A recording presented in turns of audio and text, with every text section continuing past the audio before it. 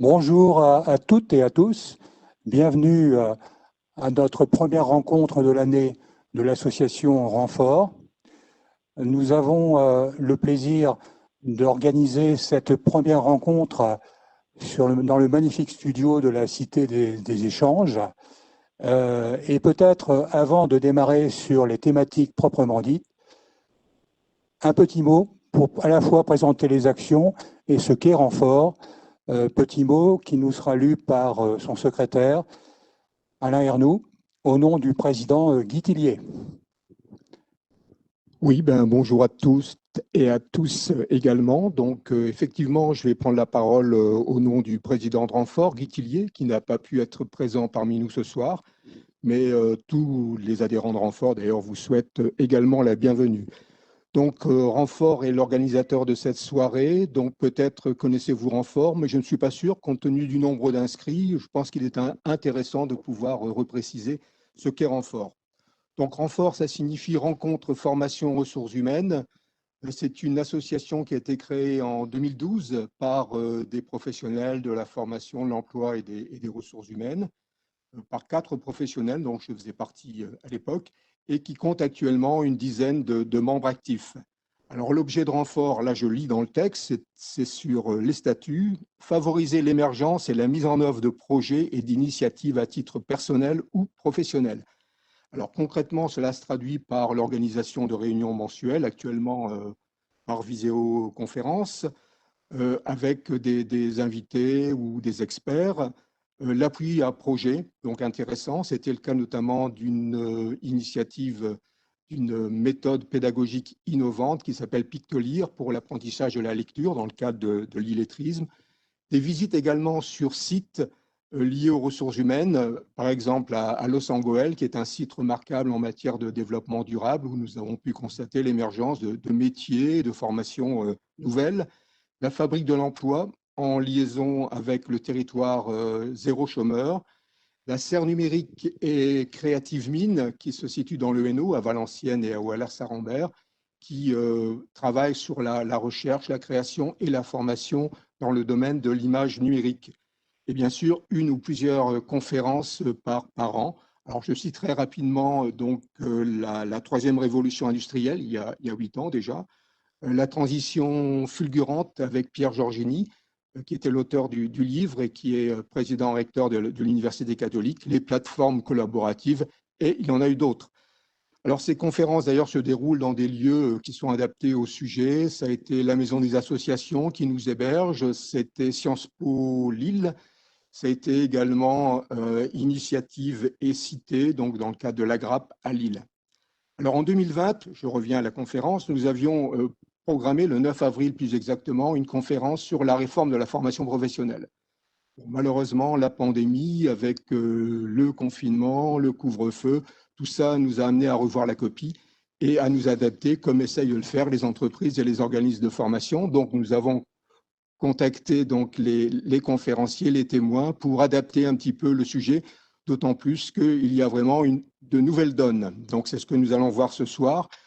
Alors, et c'est d'ailleurs pourquoi nous avons choisi un mode nouveau pour nous, qui est le webinaire. Et à cette occasion, je remercie la Cité des Échanges qui nous accueille dans des locaux et avec du matériel très performant. Je voudrais bien sûr également remercier tous les intervenants, mais ça, Didier Grégoire le fera tout à l'heure et il les présentera. Je voudrais également remercier, en tout cas, c'est pas moi, c'est le président, je voudrais remercier Didier Grégoire, qui était, on va dire, l'animateur principal et la personne qui a mis en œuvre cette conférence. Le président m'a remercié également, donc je me remercie, Alain Ernoult. Je remercie également Gilbert Letins et Benoît Desgardins pour leur participation à cet événement. Voilà, maintenant je passe la parole à Didier Grégoire pour rentrer dans le vif du sujet. Merci Alain et bon vent à l'association Renfort. Bien, on va effectivement rentrer maintenant dans l'animation concrète. Vous attendez impatiemment, je le sais, les deux thématiques qui nous préoccupent, que nous allons présenter. Nous avons la chance d'avoir à la fois ce soir des intervenants en présentiel ici dans le studio, mais aussi à distance, avec peut-être un premier maître conférencier, Philippe Bernier. Bonjour. Qui a la charge, lourde tâche ce soir de nous animer. Vous le savez, vous le connaissez pour la plupart d'entre vous, je pense. C'est un expert de la formation notamment, mais aussi plus généralement des ressources humaines. C'est également un excellent professeur, pédagogue. Bien, vous aurez aussi le plaisir d'accueillir Frédéric Sauvage, qui nous rejoint et qui, en fait, Frédéric Sauvage est le directeur du CFA de l'enseignement supérieur qui s'appelle Formasup. Bienvenue, avec aussi la charge d'enseignement à l'université, et c'est d'ailleurs également à ce titre qu'il aura l'occasion d'apporter son témoignage.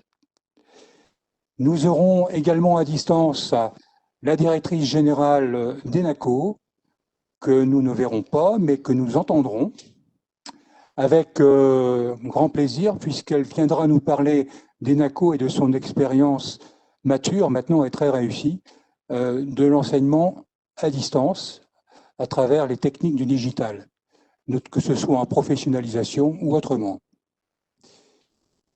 Et enfin, pour clôturer, un dernier témoin, pour clôturer cette soirée, Guy Drominoa, que vous aurez l'occasion d'écouter, mais aussi de voir à distance, à propos des transitions professionnelles, qui, il ne faut pas s'en cacher, est un sujet d'actualité qui remue actuellement toutes les sphères nationales et régionales, toutes les institutions qui se préoccupent de formation.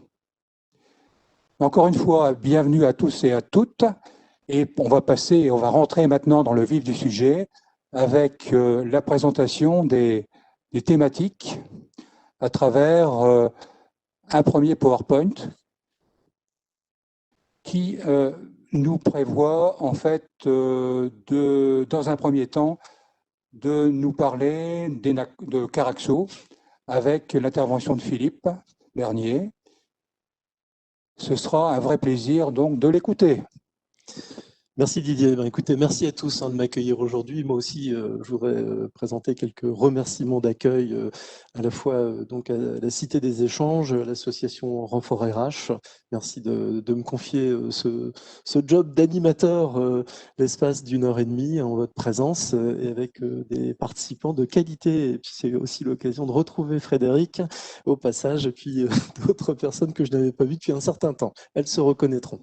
Voilà, aujourd'hui, donc, on va aborder un thème qui est particulièrement intéressant autour de l'évolution de la législation de la formation, les opportunités, les points d'ancrage sur lesquels on peut se poser un certain nombre de questions par rapport à cette fameuse loi, hein, liberté de choisir son avenir professionnel. J'ai toujours adoré cette appellation, liberté de choisir son avenir professionnel.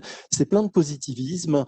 Et dans cette dynamique de choisir son avenir professionnel, il y a deux points sur lesquels on a eu envie de s'arrêter. Pour le coup, dans l'environnement de tous les dispositifs d'accès à la formation sur lesquels je vais revenir dans quelques instants, il y a deux éléments qui sont phares à l'heure actuelle, c'est l'alternance et plus particulièrement le thème de l'apprentissage, notamment dans sa relation avec le digital, hein, parce que c'est le fil conducteur qui va nous animer pendant cette rencontre. Et puis effectivement, deuxième point, lié aux transitions professionnelles, grand sujet, un sujet passionnant. Pourquoi passionnant? Parce que ça touche l'être humain, ça touche l'individu dans son devenir, dans son évolution à la fois de métier et de profession. On aura l'occasion d'échanger donc avec aujourd'hui nos invités. Et si vous le souhaitez, hein, vous avez aussi la possibilité de poser, je pense, des questions. On est organisé en conséquence, Didier. Oui, n'hésitez pas à nous envoyer vos questions.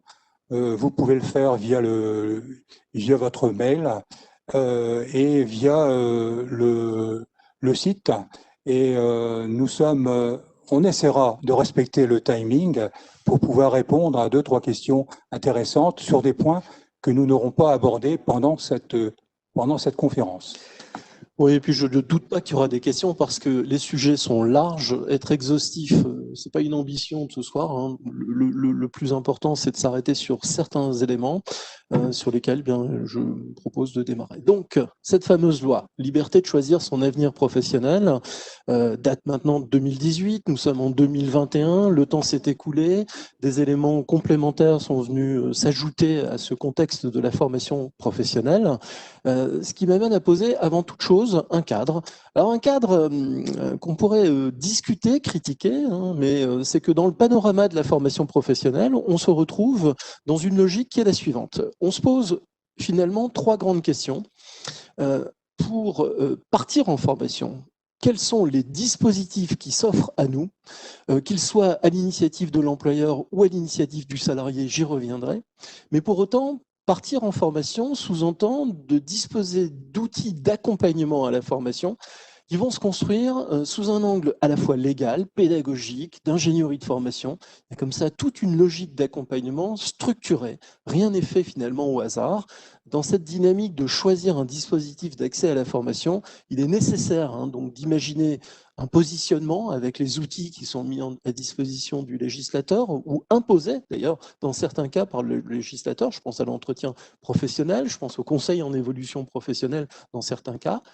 Le positionnement étant structuré, on s'engage dans une logique de professionnalisation. L'alternance dont on va parler aujourd'hui, les transitions professionnelles sont attachées à la professionnalisation et notamment à la certification, qui est un pendant donc de la professionnalisation, alors que de l'autre côté, on trouve la qualification. Souvent, nous sommes sur des approches, vous le constaterez, assez techniques. Et puis, comme dans toute démarche, il y a un processus d'évaluation, de validation qui s'organise. Pour autant, l'accès à la formation ne se fait pas si les moyens ne sont pas mis en avant. Et en l'occurrence, vous avez des moyens juridico-administratifs qui vont poser les relations de la formation dans son approche de formation interne, formation externe, une logique de cadre légal et libéré, j'y reviendrai tout à l'heure. Des moyens pédagogiques fondamentaux, on en parlera. L'élément premier de notre rencontre aujourd'hui concerne effectivement le digital, c'est-à-dire la fois dans son appellation générale, la formation ouverte et ou à distance, mais aussi une autre approche qui remporte aussi de plus en plus de succès, en l'occurrence la formation en situation de travail. L'environnement de la formation, c'est aussi les moyens financiers mis en avant. Donc, des milliards d'euros sont mis en avant, dépensés, mis en avant. Alors, dépensés, ce n'est pas du tout le bon mot. Investis par les entreprises, par les pouvoirs publics, par l'environnement dans lequel nous évoluons. Et ces moyens, donc, sont des passages importants, voire incontournables, si on veut pouvoir mettre en œuvre des politiques formation qui respectent la qualité attendue. Alors justement, on parle de qualité, un élément dans tous les sujets qu'on pourrait aborder avec vous, c'est le fameux sujet de la qualité, de la certification qualité, du fameux Calliope qui s'est déjà mis en place. D'ailleurs, à ce titre, nous, Caraxo, on a l'immense bonheur de bénéficier de la certification qualité, Calliope, et donc d'autres thèmes qui nous portent dans le monde de la formation professionnelle. Aujourd'hui, nous nous concentrons sur deux thèmes, deux dispositifs. Le premier, les contrats en alternance, et le second, les transitions, transition collective et projet de transition collective, projet de transition professionnelle, les deux sujets que nous aborderons et sur lesquels nous allons échanger. Voilà, dans cette introduction, et je démarre tout de suite le premier sujet, l'alternance est-elle une opportunité et quelle est la réalité du digital dans cette approche de l'alternance? Alors, quelques questions, il y en a 4 qui ont été imaginées avec mes partenaires de ce jour. Les enjeux de l'alternance au regard de l'évolution de la législation et du contexte actuel. Eh bien, écoutez, je pense que dans l'environnement du marché du travail que nous connaissons, l'alternance est un des dispositifs les plus efficients pour intégrer, pour entrer sur le marché du travail. Ça ne veut pas dire que la formation initiale est secondaire, au contraire, les deux plans sont au même niveau.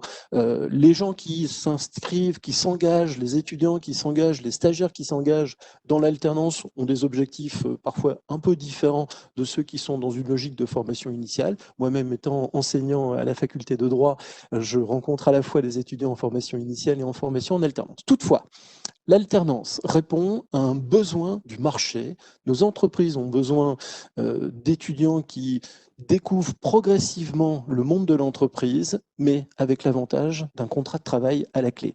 Un contrat de travail avec rémunération, un contrat de travail avec un accompagnement formatif au travers d'organismes de formation, au travers de CFA. Nous sommes dans une dynamique qui marche bien. L'alternance, je pense que est une réussite dans notre environnement, même si, à l'heure actuelle, mais on en reparlera tout à l'heure avec Frédéric, même si le contexte qui nous occupe nous pose quand même parfois quelques difficultés, le présentéisme étant bien entendu impossible pour l'instant. Donc, ce contexte de l'alternance nous renvoie sur un principe. Les contrats en alternance se trouvent donc dans une dynamique qui est finalement assez simple. D'un côté, vous avez la formation professionnelle initiale qui se traduit en matière d'alternance par le contrat d'apprentissage, et de l'autre côté, vous avez la formation professionnelle continue, on pourrait l'appeler comme ça, qui va se traduire par le contrat de professionnalisation.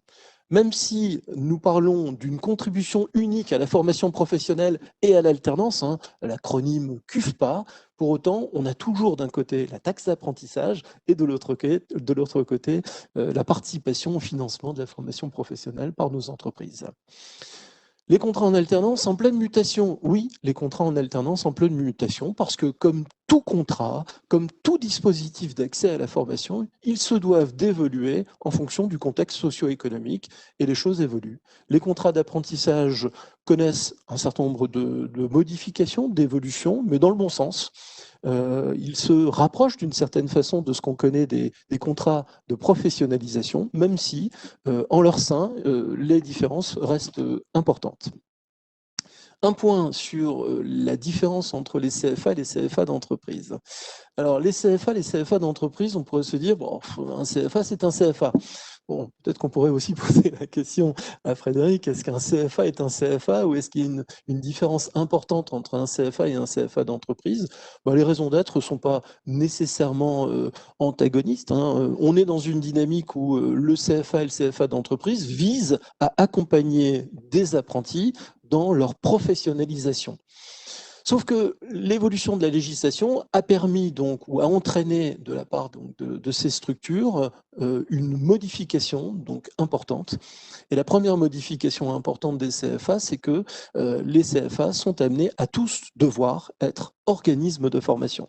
Alors le fait pour un CFA de devenir ou d'être organisme de formation sous-entend de respecter la législation des organismes de formation et pour le coup, de devoir entrer dans la certification qualité de Calliope. Donc ça, c'est un premier élément.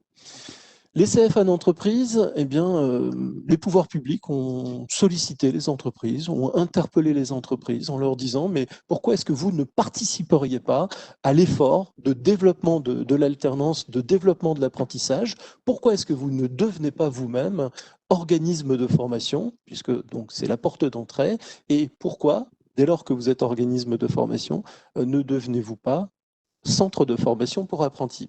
On a un certain nombre d'entreprises, alors notamment de grandes entreprises qui sont devenues CFA d'entreprise, avec des ambitions très claires, de mettre en avant, pourquoi pas, la marque employeur. Voilà, nous sommes entreprises, nous participons de la formation des apprentis, donc nous ne sommes pas détachés de la réalité du marché de la formation professionnelle.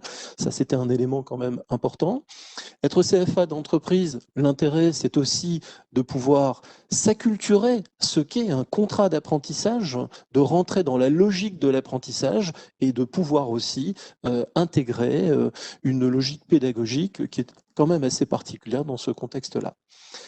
L'évolution donc de l'alternance, que ce soit au niveau des contrats en alternance, que ce soit au niveau des CFA, nous amène de plus en plus, effectivement, même si nous avons des contrats d'apprentissage d'un côté et des contrats de professionnalisation de l'autre, de penser que ce qui nous porte, c'est le principe de l'alternance.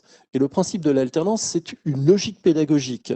Je vais me former, je vais chercher du savoir, que je vais ensuite mettre en application en entreprise. Que je sois dans un CFA ou dans un CFA d'entreprise, de toute façon, la logique est la même.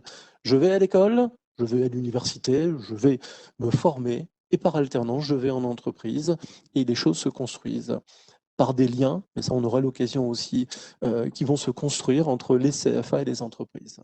Alors, au regard de tout ça, la réalité de l'accompagnement et la réussite de l'alternance, comment elle s'organise? Nous sommes dans un contexte très particulier, un contexte où la Covid, puisque je crois que c'est féminin, la Covid nous impose une organisation pédagogique particulière. Elle nous amène à nous trouver dans une situation de distanciel. La preuve, c'est le rendez-vous que nous connaissons aujourd'hui. Et c'est d'ailleurs la première question que j'aimerais bien poser à Frédéric Sauvage, qui est donc, on le disait tout à l'heure, le directeur du CFA Formasup. La première question, c'est finalement les enjeux de l'alternance dans cette dynamique du distanciel. Ça donne quoi à l'heure actuelle? Oui, merci Philippe de me proposer la parole avec cette thématique, qui est une thématique importante, là, parce qu'on est, effectivement sur une année où à la fois la réforme dite de la liberté de choisir son avenir professionnel prend vraiment sa place dans le paysage et pour nous, c'est aussi une expérimentation de nouvelles règles du jeu, une appropriation de ces nouvelles règles du jeu. Et par ailleurs, nous vivons une situation un peu exceptionnelle où parfois on est empêché dans nos dispositifs pédagogiques et finalement l'empêchement crée aussi des effets d'opportunité, d'expérimentation sous une autre forme et finalement le distanciel nous interroge d'une autre manière que ce que il nous interrogeait par le passé. Et c'est vrai que aujourd'hui, à travers ce que nous mettons en œuvre dans nos formations en alternance, donc je me situe à travers un usage du distanciel, à travers le prisme alternance, puisque je dirige un CFA qui regroupe aujourd'hui 300 formations à la fois universitaires et grandes écoles. Et finalement, se poser la question du distanciel dans l'alternance, c'est aussi référer à des enjeux et surtout à des usages. Et forcément, le distanciel m'interroge par rapport aux usages que je m'efforce de développer dans le champ de l'alternance. Donc, il y a plusieurs enjeux pour nous qui sont importants pour un CFA aujourd'hui quand on parle de distanciel. Le premier enjeu, mais je crois qu'il est propre à de nombreux organismes de formation, c'est bien évidemment l'enrichissement des parcours. Ça, c'est clair. Pour nous, à travers le distanciel, il y a quand même la possibilité de mobiliser des ressources pédagogiques de multiples natures, à la fois dans les contenus, dans les formats, dans les canaux. Moi, aujourd'hui, j'ai fait intervenir un intervenant marseillais dans ma formation. J'aurais eu jamais l'occasion de le faire intervenir sur un format souple. C'était beaucoup plus contraignant pour lui de venir à Lille. Ça n'est qu'un exemple, mais c'est au fond une capacité qu'on a à davantage mobiliser des ressources qui portent le projet de formation. Donc ça, c'est le premier enjeu important. Et dans le champ de l'alternance, c'est quelque chose qui est fondamental parce que, rappelons-le, on partage un parcours de formation sur un temps à la fois entreprise et école. Donc le temps école, si je puis dire, il est plus condensé, il est plus rythmé. Et c'est bien aussi de mettre dans des boîtes des choses qui sont parfois multiples. Et la contrainte, à un moment donné, de faire venir de bons intervenants ou de bonnes ressources, elle est parfois limitée dans le cas de l'alternance. Et là, ça nous ouvre le champ des possibles. Et ça donne aussi la possibilité à un jeune, et c'est le deuxième enjeu, de faciliter et de flexibiliser ses parcours. Je donne un seul exemple. Nous, dans le champ de l'alternance, il est aussi très difficile parfois de placer des séquences à l'international, de mobilité internationale de nos apprentis. Or, c'est un enjeu fort et à travers le distanciel, c'est aussi l'occasion de faciliter des départs à l'étranger pour nos jeunes tout en maintenant une continuité pédagogique. Donc, ils peuvent aller dans une filiale d'un groupe à l'étranger, de leur entreprise à l'étranger, tout en poursuivant leur continuité pédagogique. En même temps, on peut flexibiliser le parcours. Bien évidemment, on a encore une partie du travail à faire. On va hybrider nos parcours de manière massive suite à cette expérience en vraie grandeur un peu contrainte, mais qui nous ouvre de multiples possibilités. Et évidemment, il y a autre chose qui nous tient beaucoup à cœur dans le champ de l'alternance, mais c'est qu'on est confronté à une multiplicité. C'est des jeunes qui aiment réussir en action pour réussir en pensée, mais vous en avez aussi qui aiment réussir en pensée pour réussir en action. On est quand même dans un environnement d'enseignement supérieur. Et de fait, à travers le distanciel, c'est aussi la possibilité de varier nos formats pédagogiques, nos ressources pédagogiques pour coller à un moment donné au profil cognitif. Enfin, mais ça, j'imagine que chacun est en train de l'expérimenter, la loi de 2018 invite à un sacré questionnement sur nos modèles économiques. Et forcément, à travers du distanciel, il y a des disruptions. Et aujourd'hui, quand France Compétences, qui est le grand régulateur aujourd'hui de la formation professionnelle dans notre pays, nous invite à considérer une trajectoire de mutualisation de nos formations, de modèles économiques plus serrés, plus resserrés, forcément, l'enjeu économique, il n'est pas loin derrière aussi, même si ce n'est pas le prisme premier qui nous invite à penser alternance et distanciel. Oui, effectivement. Bon, maintenant, France Compétences joue aussi un rôle important dans le domaine du financement. Une collecte de la part des entreprises de 5 milliards d'euros, mais France Compétences assure un financement de l'ordre de plus de 9 milliards d'euros. Donc, un effort particulier dans ce contexte-là. Et c'est vrai que ce n'est pas toujours facile de satisfaire tous les partenaires de la formation. Frédéric, il y a une autre question aussi qui nous intéresse dans cette approche de réussite de l'alternance, c'est les outils qu'on pourrait mobiliser pour réussir. Alors, est-ce que vous avez quelques pistes à nous donner sur ce sujet ? Alors, les outils, parfois, on est parti au début, quand on a expérimenté dans le champ du distanciel et de l'alternance, on a expérimenté parfois des outils avec la volonté. Alors, Hélène Lejeune l'évoquera tout à l'heure, mais on a tous sans doute voulu copier des modèles comme cela, ou en tout cas s'inspirer de modèles comme cela, qui sont des modèles en full online, qui sont des modèles qui sont fort intéressants en soi. Et je félicite le travail d'Hélène. Elle n'est pas là sur ce plateau, mais elle nous écoute et on l'écoutera attentivement dans quelques minutes. Et c'est vrai qu'on a voulu s'inspirer de modèles qui étaient des modèles qui proposaient des plateformes très complètes, qui proposaient des formes de gamification aussi, des pédagogies par projet. Et on s'est rendu compte qu'il fallait parfois être beaucoup plus modeste et beaucoup plus souple dans nos usages. Donc, la première chose que j'ai à dire, c'est offrir à travers le distanciel une multiplicité d'outils qui permettent à un moment donné d'interagir, qui permettent d'inscrire l'étudiant dans une accroche et dans une motivation vis-à-vis de ses apprentissages. Ça veut dire qu'il faut créer de l'accroche, il faut créer une capacité à travers de l'outil distanciel d'impliquer des étudiants. Pour moi, c'est vraiment l'aspect le plus essentiel. Et à travers le distanciel, il y a des logiques interactives qu'on peut introduire. Tout à l'heure, vous évoquiez par exemple sur les aspects de positionnement professionnel. On a besoin à un moment donné d'offrir des outils de positionnement en amont par rapport à de l'acquisition de compétences pour qu'un apprenant puisse aussi cibler sa navigation en termes de formation, parce que c'est vrai que dans le champ du distanciel, les ressources sont innombrables et on peut aborder à un moment donné des outils avec le sentiment que c'est très ouvert. Donc, le premier conseil que j'ai envie de dire, c'est des outils variés, dont des quiz, des roadbooks, des cahiers d'exercices, des formes variées, beaucoup de pédagogie interactive et collaborative. Ça, c'est vraiment pour moi l'essentiel. Alors, vous allez me dire, on retrouve cela aussi dans du présentiel, mais il y a l'idée qu'à travers le distanciel, les outils, on doit les domestiquer, les naturaliser avec cette idée-là. On voit bien que nos étudiants s'en emparent, mais là encore, aujourd'hui, dans le cadre d'une de mes sessions, j'ai des étudiants qui n'hésitent pas à me dire casser au maximum la logique individuelle et proposer du collaboratif. Le deuxième outil, à mon sens, pour réussir, c'est aussi des outils méthodologiques.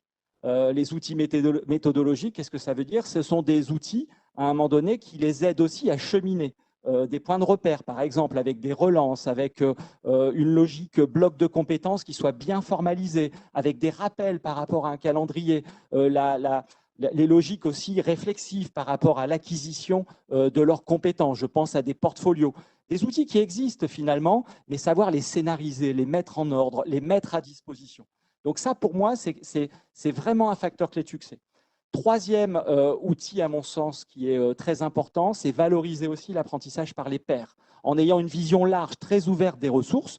Donc l'apprentissage par les pairs, c'est entre les étudiants, porter une dynamique d'apprentissage partagé, collaborative.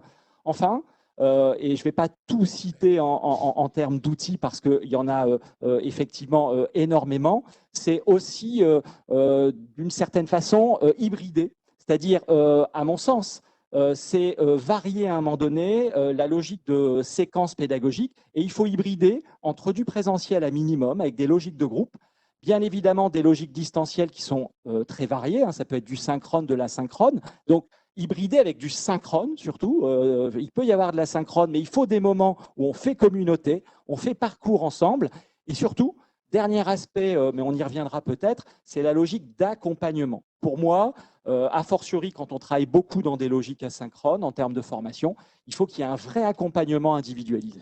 Alors justement, Frédéric, ce sujet est un petit peu délicat. À l'heure actuelle, l'environnement Covid que l'on vit entraîne une logique d'isolement de certains étudiants. Est-ce que ça ne peut pas potentiellement toucher leur motivation? Et dans ce cas-là, comment mieux accompagner ou quels conseils vous pourriez nous donner sur l'accompagnement à la motivation? Première question, et puis je vais y aller parce que pour la deuxième. Et puis, je vous entends parler technique, méthode pédagogique, le formateur dans tout ça. Il avait l'habitude de son présentiel. Là, ça le remet un peu en cause dans son rapport à la formation. Quel rôle joue-t-il et comment peut-on l'accompagner? Alors, sur la première question, effectivement, et là, on traverse une crise difficile pour nos étudiants, hein. Alors, en alternance, on a cette chance, c'est qu'ils travaillent en entreprise, alors parfois en distanciel, mais au moins, à travers l'alternance, ils restent dans une dynamique. Il y a la dynamique de travail, il y a la dynamique aussi d'accroche par rapport à leur parcours de formation, parce que souvent, ça leur parle dans un lien à l'entreprise. Donc, finalement, il y a quand même de la sociabilité, il y a du lien, sur au moins un des deux espaces et au moins à travers l'entreprise, il y a aussi du tutorat en entreprise et il y a du tutorat aussi côté école puisque, rappelons-le, à travers le modèle de l'alternance, l'accompagnement est une pierre angulaire du dispositif. Donc, déjà, cette notion même d'accompagnement individualisé, un étudiant, lorsqu'il est en distanciel, un apprenant a absolument besoin aussi d'avoir finalement un formateur relais, référent, vers lequel se tourner pour échanger. Et cet échange, il va parfois au-delà d'un aspect de contenu, il est aussi lié à des aspects méthodologiques. Et je crois beaucoup à cette notion de méthodologie. Accompagner quelqu'un dans un parcours, et ça va aussi dans des formes affectives et émotionnelles, au sens, il a besoin de partager, il a besoin de vivre sa formation dans un lien de confiance. Et parfois, le rapport à l'outil fait qu'il n'est pas dans un lien de confiance. Or, vous le savez, quand on embarque dans une formation, il faut se sentir en confiance. Les apprentissages n'en seront que meilleurs. Il y a la notion de bien-être que vous évoquez, de santé aussi, de psychodynamique, si je puis dire, par rapport à son parcours de formation. Par exemple, dans le cadre de mon CFA, Formasup, on a mis, alors malheureusement, on ne pouvait le faire qu'en ligne, mais on a mis en place des séminaires de bien-être et de réflexion. Donc, toujours cette idée d'outils liés à la réflexivité et au relationnel. Mais on a mis en place des outils pour offrir à un moment donné des choses très liées au bien-être des apprentis. Donc, gérer son temps, gérer son projet personnel et professionnel, mieux manger, mieux dormir, des choses très concrètes de manière à offrir des espaces pour expliquer un ressenti, le partager, le vivre et surtout obtenir des conseils, notamment en proposant pas des experts au sens universitaire, ils l'ont finalement dans leur parcours de formation, mais des personnes, par exemple des coachs sportifs que nous avons pu inviter, de manière à amener des choses supplémentaires. Tout ça, c'est fait en distanciel. Donc, pour certains, le parcours était intéressant en soi, en parallèle à leur parcours de formation. On a eu du monde, on a été très surpris par le nombre d'inscrits, pas autant que ce soir, hein, je le dis aux deux référents de l'association, mais il y a du monde qui se sont plongés, si je puis dire, dans ces espaces. La question du formateur. La question du formateur, elle est importante, surtout chez nous dans l'enseignement supérieur, où la figure emblématique de l'enseignant assis sur son savoir, au sens noble du terme. Hein, alors, bien évidemment, ça fait longtemps que dans le supérieur, on n'est plus seulement dans une posture magistrale, soyons clairs. Il ne faut pas caricaturer ce qu'est aujourd'hui l'université ou la grande école, mais c'est vrai que c'est d'abord la connaissance aussi qui prime. Donc, il y a une approche quand même qui reste très centrée ou qui restait très centrée pédagogue, en fait. Quand je dis ça, c'est très centré enseignant. Et c'est vrai qu'à travers le distanciel, on est obligé beaucoup de penser l'approche apprentissage. C'est-à-dire, au fond, on doit scénariser à un moment donné des choses. On doit mobiliser des ressources et avoir plus une approche playlist et ensuite articulation. Et en termes de conception pédagogique, c'est plus le même boulot. C'est vraiment un boulot où on se dit, on a une diversité de canaux à notre disposition, synchrone, asynchrone, des plateformes, des quiz, des articles, des lectures, des dossiers, des projets. On a vraiment énormément de choses qui existent aussi en présentiel, mais à distance, on a moins de signaux. Voilà, je veux dire, ça change le métier. Donc, on devient plus accompagnateur et scénariste aussi, même si, au sens noble, il nous revient quand même, bien évidemment, l'immense responsabilité, malgré tout, de sélectionner la connaissance que l'on souhaite transmettre pour consolider des compétences en lien avec l'entreprise. Bon, passionnant. Vous écouterez des heures, Frédéric. Oui. C'est passionnant. Il y avait peut-être une question, Frédéric, pour rebondir sur les différentes typologies de CFA qu'on évoquait tout à l'heure. Parmi tous ces outils du digital, quels pourraient être, à votre connaissance, les outils facilement partageables en réseau? Parce que je sais que déjà Formasup partage à travers ses unités de formation un certain nombre d'acquis pédagogiques dans le digital, mais aussi quel pourrait être un niveau de partage avec d'autres CFA des Hauts-de-France, par exemple. Alors, c'est une vaste question, c'est-à-dire là, on rentre peut-être dans des approches plus stratégiques, c'est-à-dire au fond, quels sont les partenariats couvrent la réforme de la formation professionnelle et est-ce que des CFA doivent être plus proches d'autres CFA? C'est une vraie question ou au contraire proches d'entreprises ou d'autres organismes de formation. Les outils, pour répondre à votre question, Didier, c'est qu'on voit bien, et c'est là où parfois les CFA d'entreprise ne mesurent pas les choses sans doute, certains le mesurent, mais au fond, le développement de l'apprentissage, il y a un vrai métier derrière. Il y a un vrai métier non seulement à travers des expertises RH, mais aussi à travers des systèmes d'information. Et à travers, au fond, une gestion à la fois administrative, une gestion pédagogique et une ingénierie aussi des parcours. Et c'est là-dessus que je voudrais insister. Aujourd'hui, les systèmes d'information n'existent pas en matière d'ingénierie des parcours dans le champ de l'alternance. Il y en a très peu. Et on voit que ça suppose beaucoup de partenariats entre CFA. Donc, pour répondre à votre question, je dirais que ce qu'il y a à construire, alors nous, à Formasup, on a déjà développé un outil, il vaut ce qu'il vaut, mais il y a sans doute beaucoup mieux à faire et de le faire de manière collective à travers de l'ingénierie de parcours. Voilà, je pense notamment à, voilà, on a un livret digital comme de nombreux CFA avec de nombreuses possibilités. Je pense à l'évaluation de positionnement, à l'entrée, des radars de compétences parce que ça permet de faciliter la traduction entreprise-école pour avoir un langage commun. Donc, il y a beaucoup de choses derrière ça. Ce sont des outils qui deviennent de plus en plus lourds lorsqu'on veut les affiner. Mais ça suppose beaucoup d'investissement. Je ne sais pas si c'était le sens de la question, Didier. C'était le sens de la question, puisqu'on parle de CFA d'entreprise également. C'était aussi quel niveau de partenariat on pouvait imaginer à travers ces différents types de CFA. Bien, merci Frédéric. Alors, nous avons une autre invitée, Hélène Lejeune, qui est à distance. Hélène Lejeune est directrice générale d'ENACO.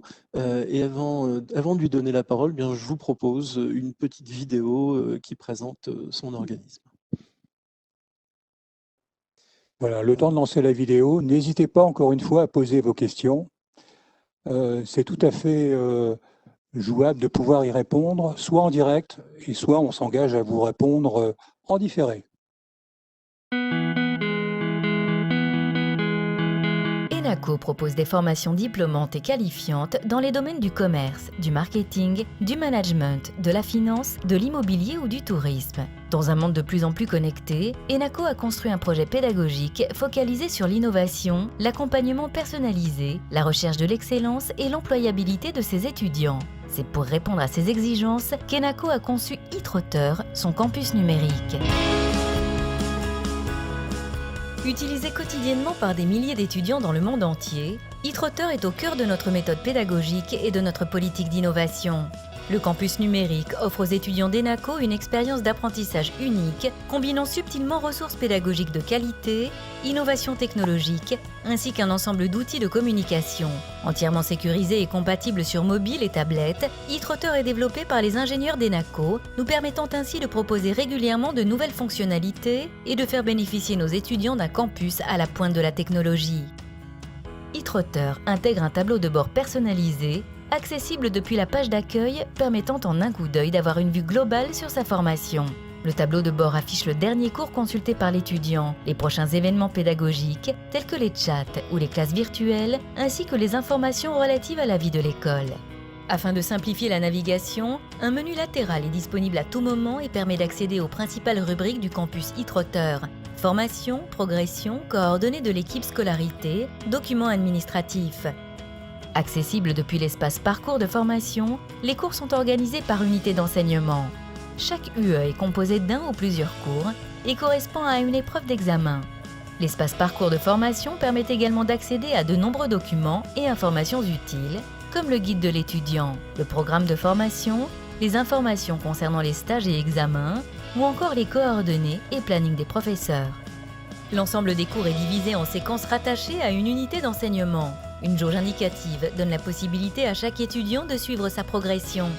Chaque cours est accompagné de différents exercices autocorrigés et QCM. Des évaluations tutorées et examens blancs à rendre aux professeurs sont à réaliser dans chaque unité d'enseignement afin de préparer les étudiants efficacement aux examens. Une fois déposées sur e-Trotter, les évaluations sont corrigées rapidement par les enseignants. Selon les résultats de l'étudiant, le professeur fixe un rendez-vous afin de l'aider à se perfectionner. Conçus par nos professeurs conformément aux référentiels officiels, les cours sont enrichis de contenus multimédia tels que des vidéos, podcasts ou infographies, de documents et de liens utiles pour illustrer et approfondir certaines parties. Les cours sont consultables en ligne, mais également hors ligne, une fois téléchargés, permettant aux étudiants de se former anytime, anywhere. Afin d'offrir à ces étudiants un confort d'apprentissage optimal, plusieurs fonctionnalités sont disponibles, comme le mode plein écran pour étudier sans distraction ou la possibilité d'augmenter la taille du texte pour plus de lisibilité. Le marque-page intégré permet de reprendre ses cours au même endroit. Le moteur de recherche offre la possibilité à l'étudiant d'accéder directement à la séquence de cours qui l'intéresse. Dans la barre d'accès rapide, il retrouve à tout moment les groupes de discussion, bloc-notes, résultats et agenda. e-Trotter est également doté de fonctionnalités sociales qui permettent aux étudiants d'entrer en contact à tout moment avec leurs enseignants et les autres étudiants ENACO.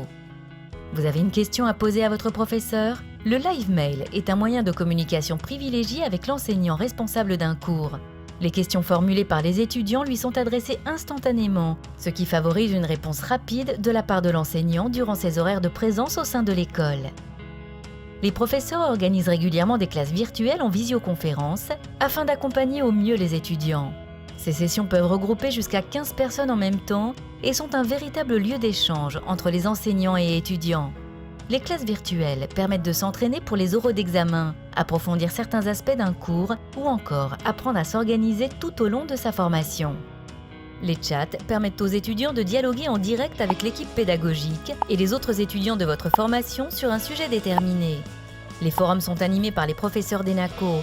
Ils servent à poser des questions ou à échanger sur des sujets précis, tout en permettant aux autres étudiants de profiter des explications. L'application e-Trotter disponible sur iOS et Android permet également aux étudiants d'ENACO d'être connectés à leur campus numérique et de recevoir en temps réel les informations relatives à leur formation grâce aux notifications. Ils peuvent ainsi être informés de l'actualité de l'école, des événements organisés par les enseignants comme les classes virtuelles, les sessions de chat. Les cours sont consultables directement depuis l'application, ainsi que de nombreux autres services exclusifs comme l'accès à l'agenda, l'édition de CV, la possibilité d'entrer en contact avec les autres étudiants. Grâce à l'application e-Trotter, étudiez où et quand vous le voulez, même en situation de mobilité. Chaque étudiant progresse à son propre rythme et construit son parcours de formation selon ses souhaits et impératifs. Accessible dans le menu latéral, l'espace progression permet de visualiser simplement son niveau d'avancement global afin d'organiser au mieux son emploi du temps. L'étudiant y consulte les notes qu'il a obtenues à chacune des évaluations et définit les matières à privilégier afin de s'améliorer. ENACO met également à disposition des étudiants une boîte à outils composée de plusieurs logiciels utiles à télécharger gratuitement, dont la suite Microsoft Office 365, comprenant les dernières versions de Word, Excel et PowerPoint, logiciels bureautiques de référence dans le monde universitaire et professionnel. e-Trotter est utilisé par des milliers d'étudiants, devenus nos meilleurs ambassadeurs.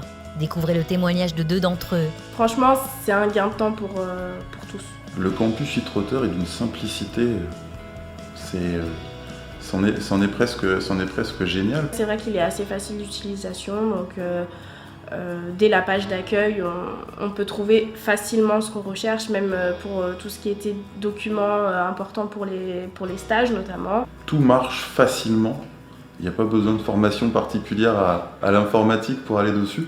C'est simple.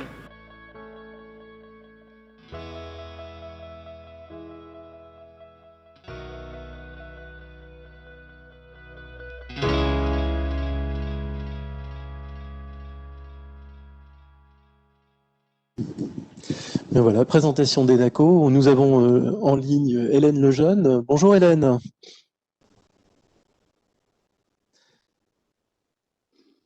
Alors, est-ce qu'Hélène est avec nous?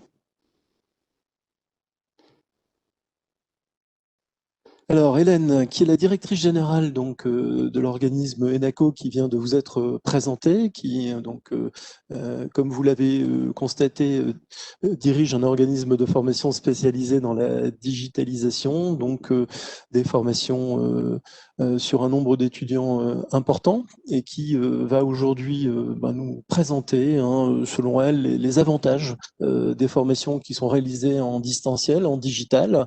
Elle a été précurseur, je pense, Didier, dans ce domaine-là. Très précurseur, c'est devenu un leader presque national, Hélène Lejeune et ENACO, avec plusieurs entités qui ont été greffées sur ENACO. On évoque aussi maintenant, quand on parle d'ENACO, ENACO Excellence, qui est plus spécialisé sur l'apprentissage.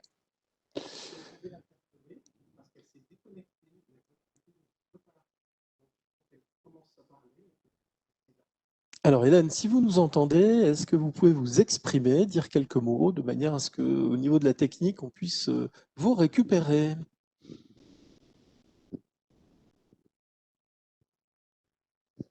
Alors, peut-être qu'en attendant... Oui, Hélène. Ah, Hélène. génial. Génial. Miracle. Bon, comme quoi, Super. le à distance présente encore quelques inconvénients parfois, selon Ah les oui, réseaux.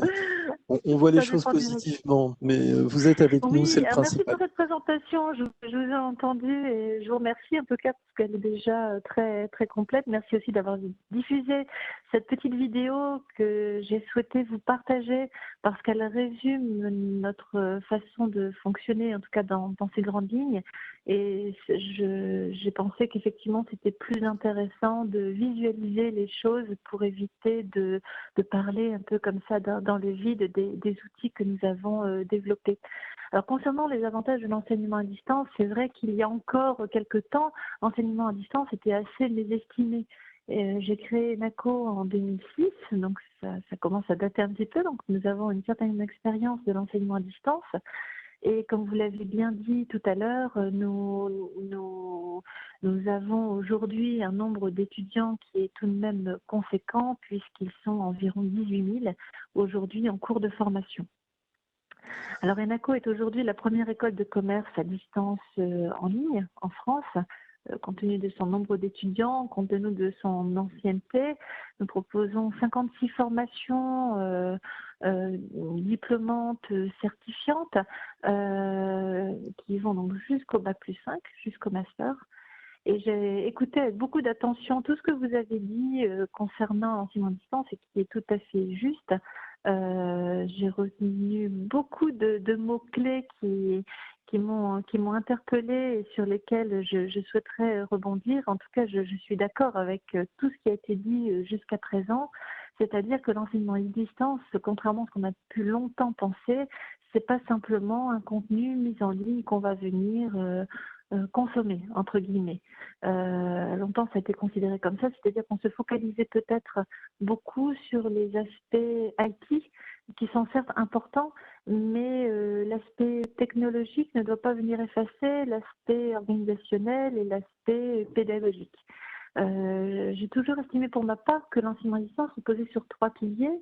Donc effectivement le côté techno, informatique, les contenus, mais aussi le côté organisationnel. Qu'est-ce qu'on met en place comme organisation d'école à distance pour que ça fonctionne avec ces étudiants, qu'ils aient 17 ans ou qu'ils aient 55 ans. Moi, quand je dis étudiant, j'ai affaire à un public effectivement très hétérogène et c'est ça qui fait aussi le grand intérêt de ce type d'enseignement.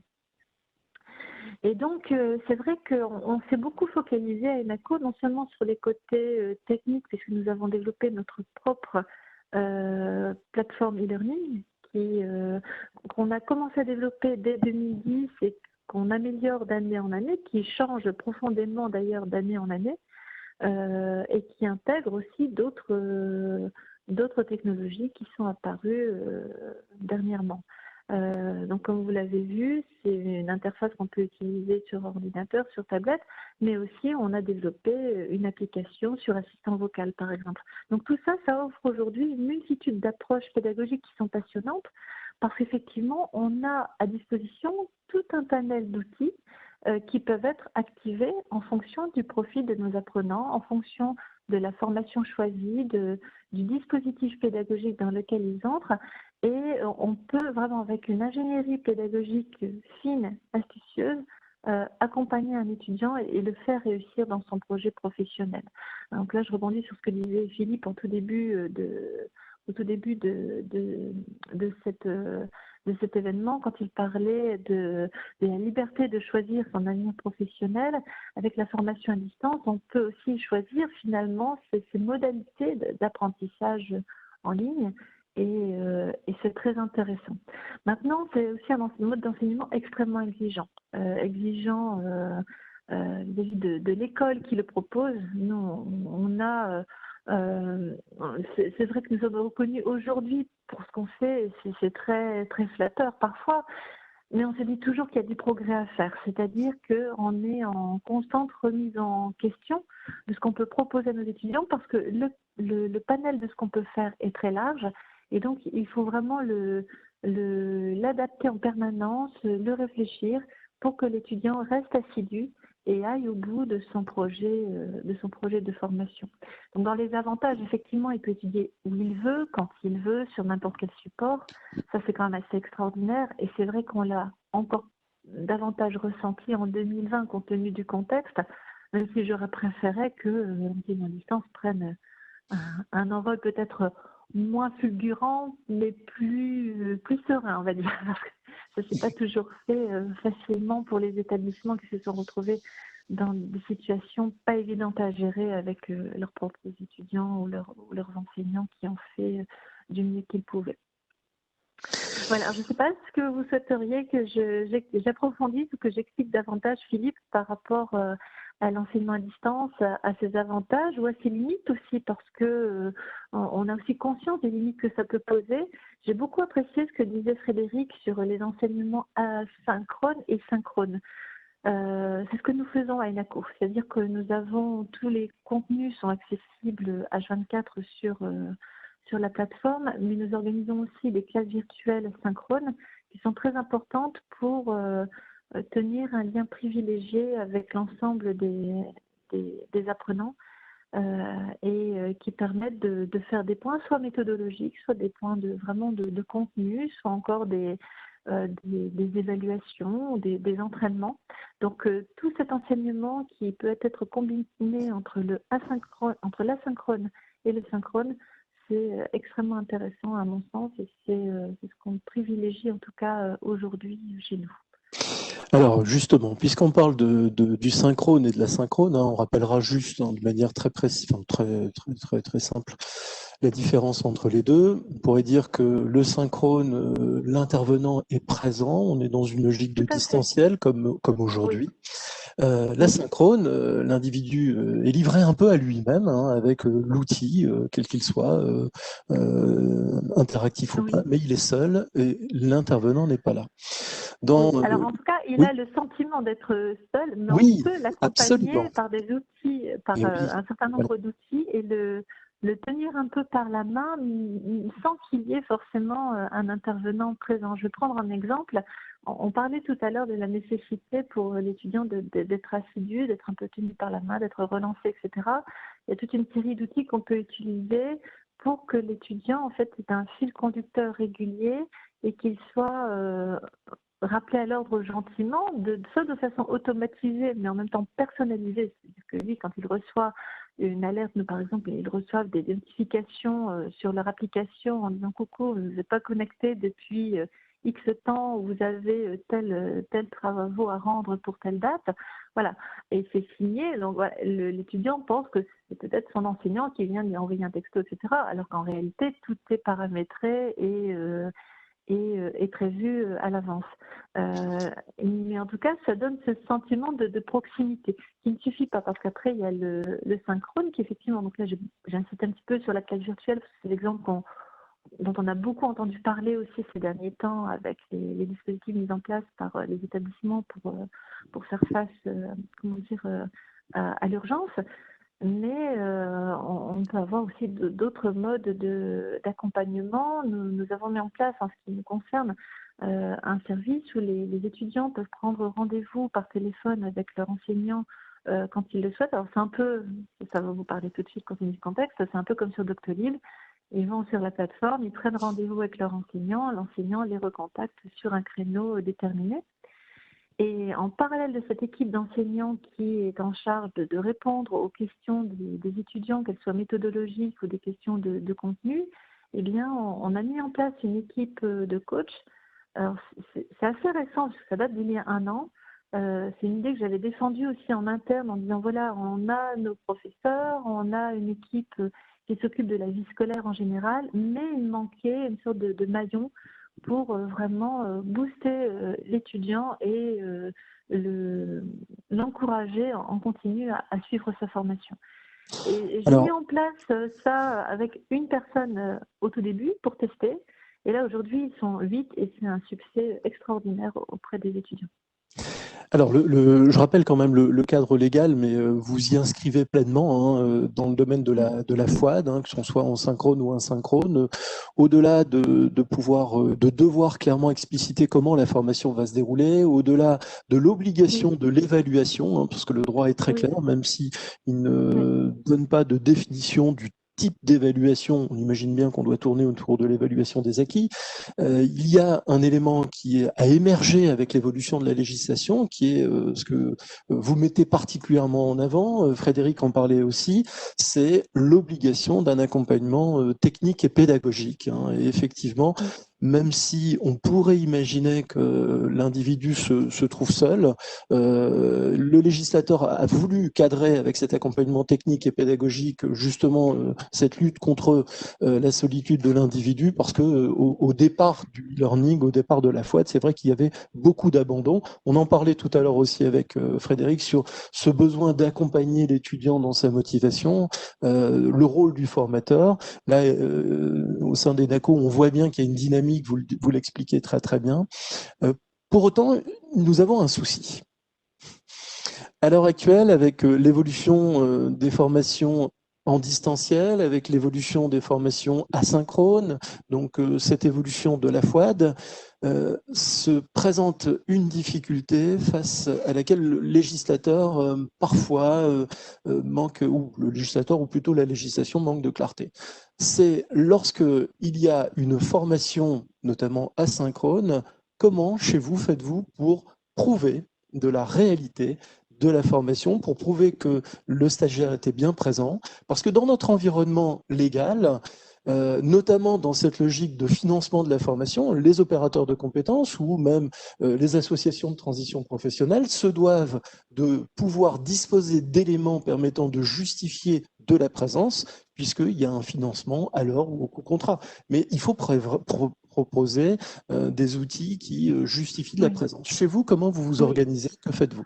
Par différents moyens et différents indicateurs de mesure, on va dire.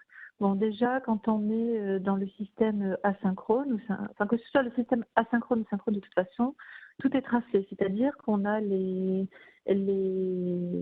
temps de connexion, la date, l'heure, la durée, quelle a été l'activité de l'apprenant. Bon, chez nous, le système se déconnecte dès que l'apprenant n'est plus actif de toute façon sur sa plateforme, donc ça au moins c'est clair. Et ensuite, on a un suivi très précis de toutes ces activités pédagogiques. C'est-à-dire qu'on va suivre non seulement les travaux d'évaluation officiels, mais aussi tous les travaux qui sont proposés pour se tester, s'évaluer, etc., qui sont des travaux, on va dire, intermédiaires. Quand ils se connectent aux classes virtuelles, c'est la même chose. Toutes ces connexions sont tracées. On sait quelle a été son activité, quand, etc. Donc tout ça, c'est compilé. Et c'est d'ailleurs une des raisons pour lesquelles on a développé notre propre outil. Ça nous permettait comme ça de nous adapter un peu en permanence aux exigences de tel ou tel financeur, parce que tous n'ont pas la même lecture de cette obligation. Et parfois, c'est un peu peut-être parce qu'on se retrouve à faire signer des feuilles d'émargement à des étudiants qui sont à distance. Donc, pour vous donner un exemple. Mmh. Cela dit, hein, Hélène, Voilà. lorsque nous sommes en formation synchrone, le fait de faire signer des feuilles d'émargement à distance ne présente aucune difficulté juridique dans ce contexte-là. La difficulté, Ouais, bien entendu, quand on est en asynchrone, donc vous le dites, on a des faisceaux d'éléments qui vont permettre de prouver par une connexion, par des travaux on a à réaliser. l'identification de l'apprenant, voilà, donc ça on l'a.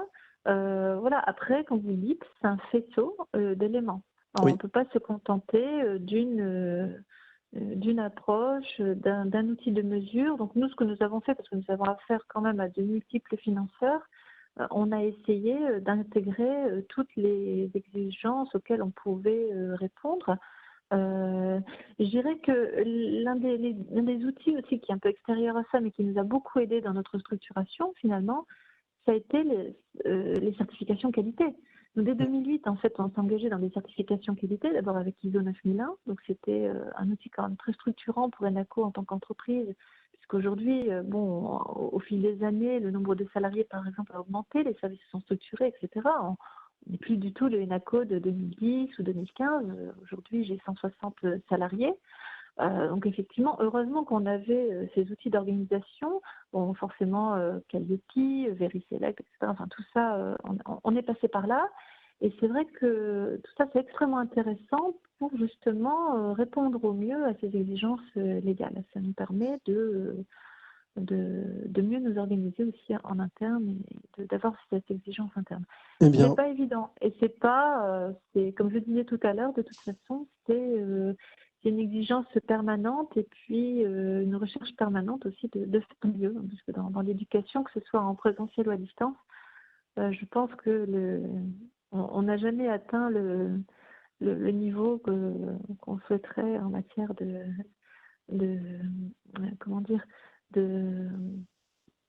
d'excellence pédagogique. Voilà. Bien sûr. Écoutez, merci Hélène pour cette présentation très intéressante. Nous allons maintenant passer la parole à peut-être Alain. Est-ce que nous avons des questions? Oui, il y a un certain nombre de questions. J'en ai sélectionné 3. Oui, puisque le temps nous est compté. D'abord, des messages qui nous indiquent que cette conférence est très intéressante. Donc, c'est encourageant. Alors, une question à Hélène Lejeune, puisque nous sommes en direct avec elle. Voilà, procédez-vous, Hélène, à une évaluation de l'autonomie des étudiants durant leur intégration? Autonomie signifiant savoir s'autodiriger dans l'environnement apprenant, savoir gérer son temps. Alors, ça, c'est pas du tout évident à mesurer, effectivement. Donc, en fait, nous, dans le process d'admission des étudiants, ça dépend un petit peu de leur origine, s'ils viennent à titre particulier, s'ils viennent via un dispositif d'un marché public ou via une entreprise. Il y a toujours, de toute façon, une phase d'inscription qui est commune à toute école, c'est-à-dire qu'on va demander à la personne de justifier déjà de son niveau, de son projet professionnel. Elle a un ou plusieurs entretiens avant même l'inscription pour justement identifier son projet professionnel et voir si le choix de formation qui est fait est adapté au projet professionnel. Et souvent, il y a un décalage. On doit recentrer un petit peu la personne pour dire mais non, il vaudrait mieux opter pour tel ou tel diplôme ou certification plutôt que tel autre. Donc ça, c'est un premier travail qui est fait. Et une fois que la personne est inscrite, elle a un entretien pédagogique justement pour bien mesurer sa capacité d'adaptation. C'est-à-dire que quelques jours après son inscription officielle, après que la personne se soit connectée et regarder un peu la plateforme, eh bien, il y a ce premier entretien pédagogique qui est fait pour voir effectivement si la personne est à l'aise ou pas et s'il y a lieu de l'orienter davantage. En général, on n'a pas trop de problématiques d'adaptation à l'environnement. Après, on peut avoir des problématiques par rapport à des contenus, mais sinon, ça se passe bien. Mais avec effectivement un accompagnement renforcé au démarrage. Merci Hélène pour cette réponse argumentée. Autre question, Alain? Alors, une autre question qui est plus générique, mais qui reste toujours sur le thème de la formation à distance. Le distanciel, le numérique génère des coûts supplémentaires importants pour les organismes de formation, notamment en investissement matériel, logiciel et contenu. Est-ce qu'il y a des aides publiques, je ne sais pas qui pourra répondre, financières ou méthodologiques? Frédéric? Alors nous, cette année, on a été aidés par des OPCO, donc les financeurs finalement de l'alternance, du champ de l'apprentissage, donc je les en remercie, dans le cadre d'appels à projets. Donc il faut aller regarder. Effectivement, la région a lancé cette année encore des appels à projets. Donc oui, il y a des aides, c'est le moment, puisque ça va peut-être s'éteindre avec le temps, mais effectivement, le contexte amène les pouvoirs publics à nous accompagner, organismes de formation. Donc ça suppose d'être attentif sur les appels à projets en cours. D'accord, merci. Une dernière question, voilà, question peut-être un peu innocente. Est-ce qu'on peut faire de l'apprentissage sans passer par un contrat d'apprentissage? Ah, belle question, très très belle question qui pourrait sembler paradoxale, un peu provocatrice, absolument. Est-ce qu'on peut faire de l'apprentissage sans contrat d'apprentissage? La législation, effectivement, le permet. Peut-être que Frédéric complétera, mais la législation dit tout simplement lorsque un individu souhaite faire de l'apprentissage, mais qu'il ne trouve pas de contrat d'apprentissage, il peut tout à fait se présenter, Frédéric, aux portes du CFA, et pendant une période de 6 mois, le CFA se verra financer donc la formation de l'apprenti. Frédéric, chez vous, comment ça se passe? Oui, je peux répondre quand même que dans certaines formations, je pense aux internes, etc., il y a toujours eu d'apprentissage sans apprentissage d'une certaine manière, et c'est vrai qu'il y a l'apprentissage au sens contractuel, au sens où nous l'entendons. Effectivement, le jeune actuellement dispose habituellement, en tout cas dans le cadre de la loi, de 3 mois pour trouver un contrat. Donc on peut être apprenti sans contrat pendant 3 mois, et exceptionnellement cette année, c'est 6 mois. C'est même davantage, car il faut citer l'initiative du Conseil régional Hauts-de-France, alors qui ne nous a pas accompagnés jusqu'au Bac+5, cela dit, mais on peut déjà remercier vivement le Conseil régional de nous accompagner et surtout d'accompagner les jeunes de notre région. Effectivement, c'est un statut qui va permettre aux jeunes à la fois d'avoir une protection sociale, donc c'est très important pour ce jeune. Ils sont stagiaires de la formation professionnelle. Exactement, donc oui. Ils sont stagiaires de la formation professionnelle, et par ailleurs, les organismes de formation disposent de 500 € mensuels pour peu qu'on enregistre le jeune malgré tout sur la plateforme c'est un peu technique, mais autant être précis, sur la plateforme d'un OPCO qui est l'OPCO EP, entreprise de proximité. C'est l'OPCO qui a été mandaté pour gérer administrativement, si je puis dire, l'inscription des jeunes à ce statut. Donc c'est un peu technique, mais on est sur des dispositifs récents qui ne sont pas forcément pleinement connus. Donc oui, un organisme de formation peut inscrire un jeune sans contrat, mais ça suppose bien évidemment de l'accompagner pour qu'il trouve un contrat. La ministre a quand même fait une petite sortie récemment pour dénoncer des pratiques d'organismes de formation. Donc l'idée, c'est à partir du moment où un jeune est sans contrat, on l'accompagne et on peut l'inscrire dans le cadre de sa formation sans contrat, 6 mois cette année, 3 mois sans doute l'année prochaine, où on reviendra aux 6 mois exceptionnellement. D'ailleurs, c'est une spécificité des CFA, cet accompagnement social de l'étudiant, de l'apprenti. Et effectivement, la ministre a fait quelques remarques sur des dérives.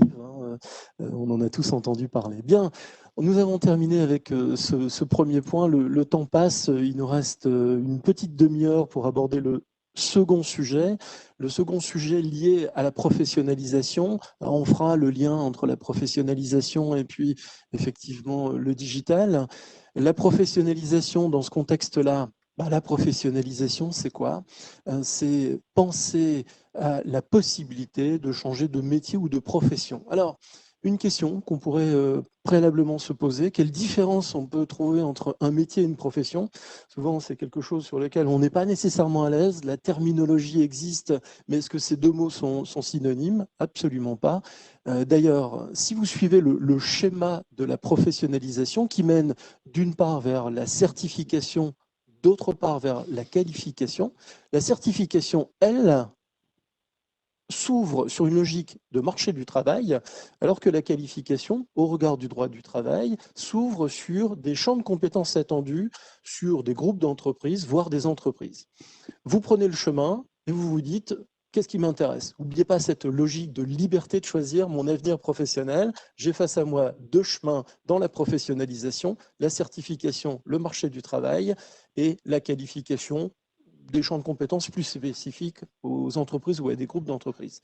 Pour le coup, nous entraînons là, dans ce contexte, sur la certification. Et là encore, on se trouve confronté à deux nouveaux chemins. Un chemin qui vous ouvre vers le RNCP, le Répertoire national des certifications professionnelles, qui, lui, a vocation à s'ouvrir sur le métier. Alors que de l'autre côté, vous avez le répertoire spécifique qui, lui, a vocation à plutôt s'ouvrir sur la profession. Alors, quelle différence on va trouver entre les deux? Pour rappel, le répertoire national de certification professionnelle s'ouvre sur les diplômes, sur les titres et sur les CQP, dès lors qu'ils sont donc au RNCP. Le répertoire spécifique, lui, s'ouvre sur deux champs. Les habilitations, alors souvent on va trouver des habilitations en lien avec des formations obligatoires, les habilitations électriques, les sauveteurs secouristes du travail, vous avez tout un ensemble d'habilitations comme celle-là. Et puis de l'autre côté, vous allez trouver, au titre du répertoire spécifique, trois formes de certification. Les certifications complémentaires, mais complémentaires à quoi? J'y reviens dans 2 secondes. Les certifications transverses, transverses à quoi? Et en l'occurrence, ce répertoire spécifique sur ces fameuses certifications vise la profession. La profession et le métier se différencient comment? C'est que j'exerce un métier, par exemple, de juriste en droit social, c'est le mien. Je suis juriste en droit social, j'exerce le métier de juriste en droit social. J'ai une spécialité, moi, le droit de la formation. Sauf que imaginez que demain, je vais être amené à travailler pour une branche professionnelle. Et cette branche professionnelle me dit, Philippe Bernier, voilà, le droit de la formation, c'est bien, mais nous, on aimerait que vous puissiez chez nous travailler sur un autre pan du droit du travail, qui est la négociation sociale. Eh bien, dans ce contexte, je ne change pas de métier, mais je vais changer mon environnement professionnel, donc ma profession, donc je vais devoir bénéficier d'une certification complémentaire ou d'une certification transverse. Pour le coup, je suis sur une certification complémentaire qui vient dire, vous faisiez en tant que juriste en droit social, le métier de juriste en droit social, vous exerciez la profession de juriste en droit social spécialisé en droit de la formation, et bien maintenant, je vais vous demander d'exercer le juriste spécialisé en négociation sociale. Je vais donc m'adapter dans cet environnement par une évolution de mon métier sur base de la profession. Et dans ce cas, je prends le chemin du répertoire spécifique, avec des certifications complémentaires, parce que ça va toucher un métier précis, ou des certifications transverses, parce que ça va concerner différents métiers. Alors, face à ça, face à cette logique de cheminement, nous nous trouvons face à deux dispositifs. Deux dispositifs, sans oublier que les contrats en alternance sont eux-mêmes concernés par la professionnalisation. Ça, c'est une chose. Mais on a, en matière de transition professionnelle, affaire à deux dispositifs. Un dispositif qui est une vieille histoire, qui autrefois s'appelait le congé individuel de formation, qui, avec l'évolution de la législation, est devenu le projet de transition professionnelle. D'ailleurs, que vous connaissez peut-être sous l'appellation CPF de transition, même si la bonne appellation juridique, c'est projet de transition professionnelle, démarche individuelle.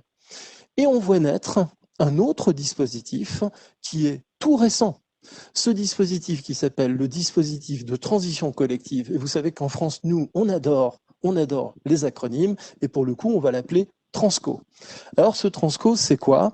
Eh bien, dans le cadre du plan de relance, les partenaires sociaux et le ministère du Travail se sont mis d'accord, ont trouvé un accord unanime sur la mise en place. Et c'est très récent, le 6 janvier 2021, sur la mise en place donc, de ce fameux dispositif de transition collective. Alors, comme le temps nous est compté, je vais tout de suite m'orienter vers le dispositif de transition collective. Pour m'aider à vous présenter ce sujet, eh bien, nous avons notre ami Guy Drobinois, qui est donc membre du MEDEF. Voilà, une première présentation donc de ce qui peut se dérouler dans le cadre de la reconversion professionnelle. Un très très bon exemple. Le projet de transition professionnelle donc a une ambition qui a pour donc origine l'initiative du salarié. Le salarié donc engage un process de demande d'autorisation d'absence auprès de son employeur pour pouvoir ensuite déposer un dossier auprès des associations de transition professionnelle, hein, les ex-FONGECIF, et de ce fait d'engager un process de formation à vocation certifiant. Face à cette évolution, face au contexte socio-économique que nous connaissons, le ministère du Travail, comme je le disais tout à l'heure, en lien avec les partenaires sociaux, ont voulu passer une étape supérieure, intégrer dans leur réflexion les entreprises et sont arrivés à mettre en œuvre un dispositif particulièrement intéressant, à la fois pour les employeurs et à la fois pour les salariés, qui serait dans un contexte d'emploi fragilisé, donc par la création du dispositif de transition collective, Transco. Ce dispositif, alors rapidement, hein, il nécessite de partir des bases des règles du projet de transition professionnelle. On ne va pas s'étendre là-dessus, mais il faut une certaine ancienneté, qu'on soit en CDI ou en CDD, pour bénéficier donc de ce dispositif. Il faut une demande d'autorisation d'absence comme pour le projet de transition professionnelle, mais la grande différence avec le projet de transition professionnelle, c'est que l'entreprise se trouve complètement impliquée dans la démarche, puisque la condition du côté de l'entreprise va être d'imposer à l'entreprise de disposer d'un accord de gestion prévisionnelle des emplois et compétences qu'on appelle pour les entreprises de plus de 300 salariés plus, toujours cette technicité, gestion des emplois et des parcours professionnels. Alors dans cette dynamique, pour présenter le sujet, nous avons avec nous Guy Drobinoa du MEDEF. Bonjour Guy, comment allez-vous? Bonsoir, très bien, merci Philippe. Bonsoir tout le monde. Bonsoir. Bon, bien, ce que je propose, c'est peut-être qu'on échange un petit peu, Guy, sur ce dispositif. Donc, je le disais, hein, très récent, signature le 6 janvier 2021, on ne peut pas plus récent. Hein. Donc, on est au cœur de l'activité au sein de notre association. Guy, ce sujet, donc particulièrement important, a fait l'objet d'un appel à manifester son intérêt, ce qu'on a appelé l'AMI, l'appellation. Est-ce que vous pouvez nous dire quel était le reçu de cet appel à manifester son intérêt? Alors en effet, ce qu'a souhaité le ministère, c'est en parallèle de l'instruction qui fait clairement référence à l'association Transition Pro, c'est qu'il y ait aussi des acteurs qui se manifestent. Alors c'est un AMI, c'est pas un appel à projet, c'est différent, puisque pour l'instant, en tout cas, l'État n'a pas prévu de financement pour appuyer ses AMI, mais c'est que des acteurs, et notamment des acteurs de territoire, se manifestent pour qu'ils puissent apporter leur appui, leur expertise dans le cadre de ce projet Transco. Donc, dans la région, on a eu des AMI qui ont été déposés, soit par des EPCI, des agglos de toute taille. Du reste, on a 3 agglos qui ont déposé des projets. On a un grand groupe industriel qui a déposé également un AMI, et ce grand groupe industriel, on a déposé dans toutes les régions dans lesquelles il a des implantations. Et puis, on a un OPCO, qui est l'OPCO EP, qui a aussi déposé un AMI, et ce qu'il a fait dans toutes les régions de France, puisque c'est une volonté politique de l'OPCO que de venir sur ce sujet des Transco. Alors, les AMI sont bien une volonté d'intervenir de manière directe ou indirecte et d'apporter une expertise, notamment territoriale, puisqu'on le sait, le marché de l'emploi, il a bien des grandes directions, des grandes lignes qui sont régionales, mais ce qui est vrai à Méholt, malheureusement, on le sait, n'est pas vrai forcément partout dans la région. Et donc, il est nécessaire d'avoir des ancrages territoriaux qui permettent d'apporter des focus et des expertises particulières pour mieux répondre, d'une part, sur les risques de certains métiers qui pourraient disparaître, mais aussi sur les opportunités qui peuvent se présenter dans les territoires, et donc de construire des projets de transition professionnelle qui soient cohérents. Voilà, ben je pense que effectivement cette logique d'appellation de transition professionnelle porte bien son nom hein, dans cette dynamique. Nous avons 3 cas de figure finalement, Guy. Peut-être que le premier cas de figure, ce sont des entreprises qui sont peut-être au regard de l'environnement économique en réduction d'effectifs et qui voudraient accompagner leurs collaborateurs dans une transition professionnelle vers des métiers porteurs.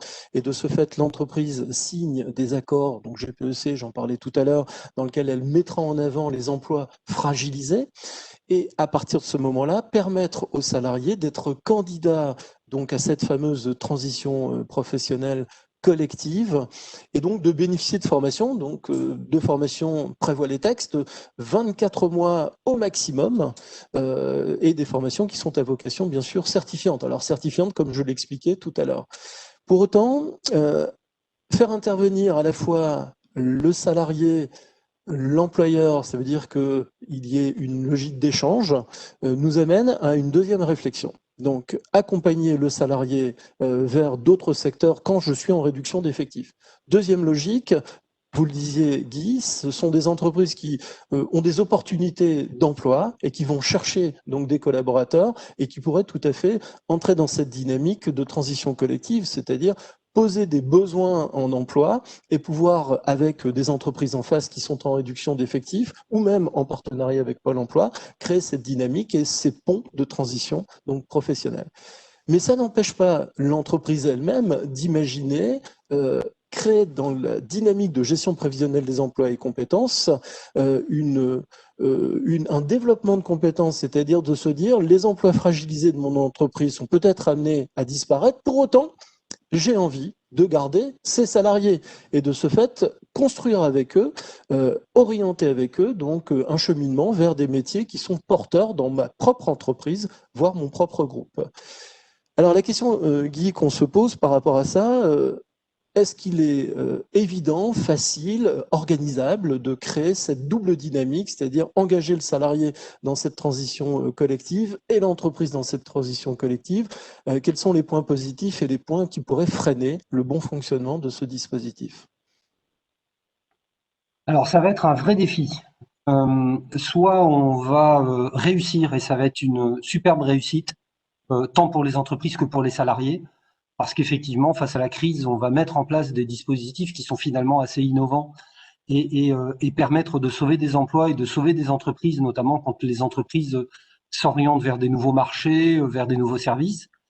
Soit on passe à travers, et si on passe à travers, c'est soit parce que les entreprises n'ont pas bien compris le message, ou qu'elles n'ont pas été repérées, et la question du repérage de ces entreprises va être véritablement important. Alors, les acteurs des repérages qui sont naturels, ce sont bien sûr les OPCO, puisque les OPCO visitent l'ensemble des entreprises et sont forcément attachés à connaître, au travers de l'accompagnement qu'ils peuvent prévoir, à connaître les projets des entreprises. Ça sera aussi la directe, hein, parce que concrètement, elle est aussi au fait des problématiques économiques des entreprises et de ce qui pourrait se passer. Et donc, ces repérages seront importants. La communication auprès des entreprises sera forcément éminemment importante. Alors, comme vous l'avez soulevé, ça va nécessiter un bout de dialogue social au moins, puisqu'il va falloir disposer d'un accord, que cet accord soit enregistré. Alors, ce qu'a souhaité le ministère, c'est que ce soit des accords simplifiés. Donc, pour les entreprises de plus de 300 qui disposent déjà d'un accord GEPP, eh bien, il faudra veiller effectivement à ce que cette liste des postes en risque soit bien identifiée, ce qui ne l'est pas toujours.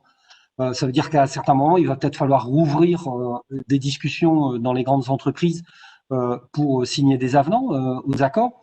Et puis, dans les entreprises de plus petite taille, ce qu'a souhaité le ministère, c'est des accords simplifiés, avec des modèles simplifiés qui seront proposés pour que des entreprises, notamment de moins de 10 salariés, puissent s'engouffrer dans le dispositif. Donc l'enjeu véritablement pour les entreprises, c'est d'accrocher et de comprendre l'intérêt, qui est un vrai intérêt pour les entreprises, parce que, comme vous le soulignez, ça peut permettre d'éviter, entre guillemets, de la casse sociale. Il vaut mieux que des salariés partent en formation pendant 1 an, 2 ans, acquièrent des nouvelles compétences, un nouveau métier, et puissent naturellement partir dans d'autres entreprises, où il peut être aussi intéressant que des salariés puissent évoluer dans l'entreprise sur d'autres métiers, puisque comme vous l'avez dit, on va de toute façon rester sur le principe du PTP classique, c'est-à-dire qu'il va falloir valider un projet de transition professionnelle, et en l'occurrence, le gendarme, c'est le codrom, c'est-à-dire qu'on va veiller à ce que le codrom de départ du salarié soit bien différent à la sortie et que l'on vise un codrom différent. Ce qui peut poser à certains moments certaines problématiques, parce que la mise à jour des codroms, on la connaît, ou la précision des codroms, mais c'est bien sur ce critère que les projets seront évalués, sachant que les projets seront évalués aussi à l'aune des 3 critères principaux, que sont la pertinence du parcours de formation, ce qui veut dire aussi que les organismes de formation, bien évidemment, vont devoir adapter les parcours, la cohérence du projet de formation professionnelle qui permet de changer de métier ou de profession, donc il faut expliquer pourquoi le salarié veut bouger, et puis les perspectives à l'issue de l'action de formation. C'est aussi pour ça qu'au sein du CREFOP, on a des listes qui sont prévues et qui doivent vivre et qui vont permettre de repérer les métiers d'avenir pour s'assurer que la cohérence du projet aille bien en direction de métiers d'avenir et que l'on n'envoie pas des salariés dans le mur sur des métiers qui ne recruteraient pas demain. Ce qui est assez compliqué parce qu'on connaît la crise et on connaît la difficulté aujourd'hui à identifier des métiers pour dans 2 ans. N'empêche que cet exercice va être nécessaire et qu'il va en plus du coup devoir s'inscrire dans des notions de territoire. Et donc ça veut dire qu'on va retrouver notamment les amis pour inscrire tout ça dans une dynamique de territoire. Alors la deuxième accroche, et puis j'en terminerai là-dessus, c'est bien celle des salariés aussi, puisqu'on a parlé des entreprises.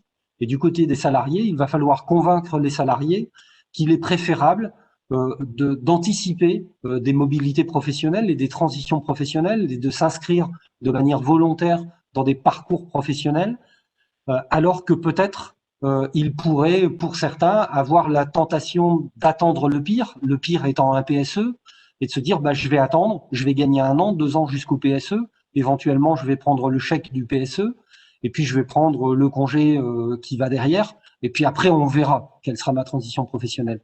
Donc, dans le cadre de ce projet Transco, on va aussi devoir focaliser sur tout cet effort de communication auprès des salariés pour qu'ils comprennent l'intérêt d'anticiper les risques qui pourraient se présenter à eux dans le futur.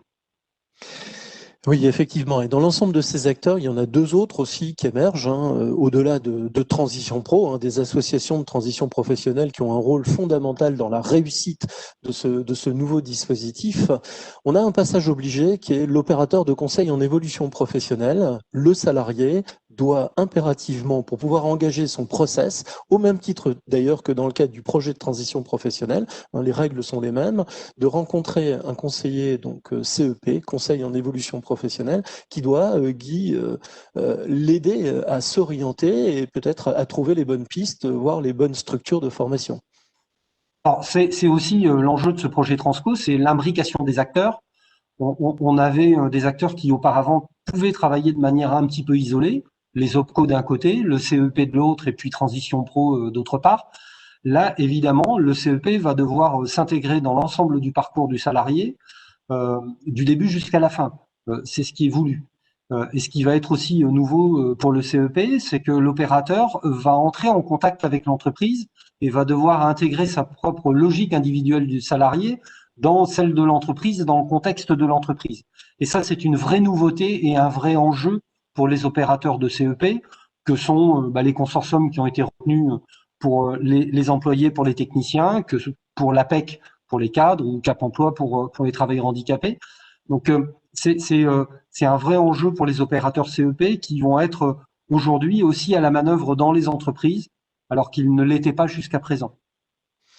Alors effectivement, il ne l'était pas jusqu'à présent, au-delà, donc, comme je le disais tout à l'heure, du projet de transition professionnelle, puisque le passage est obligatoire. Alors il y a un autre acteur aussi qui nous semble important, sur un point particulier que vous évoquiez, qu'on évoquait aussi tout à l'heure, on en parlait avec Frédéric, c'est le rôle de l'organisme de formation, mais pas dans l'acte de formation tout d'abord, c'est aussi dans son rôle de positionnement. Le salarié qui veut engager un process de projet de transition professionnelle ou de Transco doit doit impérativement disposer d'un positionnement généré en partenariat avec l'organisme de formation. Sur ce point-là, Guy, selon vous, comment les choses s'organisent? Est-ce que les organismes de formation sont opérationnels, à l'aise sur ces logiques de positionnement qui se sont vues imposer à juste titre, notamment avec les projets de transition professionnelle? Alors, je pense que les organismes de formation le sont de plus en plus. Quand ça a été mis en place, alors pour faire partie notamment d'une des commissions d'attribution sur les dossiers, je pense que ça a été un peu déstabilisant au départ parce que les organismes de formation avaient l'habitude de proposer un parcours complet, hein, on va se le dire. Sauf que nous avons, si je prends ma casquette Transition Pro, cette obligation de mesurer la pertinence du parcours de formation. C'est un des 3 critères. Et si cette pertinence n'est pas validée, parce que notamment quand on regarde l'histoire du salarié, les formations qu'il a déjà suivies, les diplômes qu'il a déjà acquis, et puis l'expérience qu'il a déjà eue sur le terrain, si le parcours n'a pas été travaillé, si la pertinence du parcours n'est pas là, et si l'organisme de formation concrètement n'a pas fait le boulot, eh bien on est en droit de refuser le dossier. Donc je pense qu'aujourd'hui les organismes de formation ont bien reçu le message et que de plus en plus on a cette nécessaire adaptation qui permet aussi de réduire les parcours. Ce qui du coup est intéressant parce qu'en termes de financement, si on réduit le parcours, ça permet d'offrir plus de formations pour plus de salariés. Et puis c'est aussi cette efficacité qui permet à un salarié d'être beaucoup plus rapidement en situation de transition professionnelle, puisqu'au lieu de partir en formation pendant 1 an, s'il peut le faire au bout de 6 mois, c'est très bien pour tout le monde. Merci Guy. Pour participer aux travaux de Transition Pro, je peux vous dire que sur les travaux liés au positionnement dans les centres de formation, il y a encore du travail. Et le positionnement, ce n'est pas uniquement une notion de réduction de parcours. Ça peut être aussi un allongement du parcours pour des salariés, on va dire, particulièrement défavorisés, ce qui est actuellement privilégié sur les PTP individualisés. Voilà ce que je souhaitais préciser. C'est un point important et stratégique qui intéresse bien sûr les centres de formation, mais aussi les salariés. Oui, c'est un point fondamental. D'ailleurs, les associations de transition professionnelle, pour avoir le plaisir de travailler avec elles, travaillent aussi cette logique de positionnement, d'informer les organismes de formation sur ce que pourrait idéalement être un positionnement. On en parlait tout à l'heure avec Frédéric sur la flexibilité des parcours. C'est pas toujours simple d'engager une logique de flexibilité. Moi qui suis enseignant à la fac de droit, quelqu'un qui vient nous dire voilà, je veux faire le master, mais pas ce module parce que je suis à l'aise, c'est pas toujours évident d'organiser quelque chose qui serait flexible. Bon, malheureusement, le temps nous est compté, on ne peut pas aller plus loin. Je pense que Frédéric aurait eu des choses à nous dire sur ce sujet. Alain, est-ce qu'on a des questions? Oui.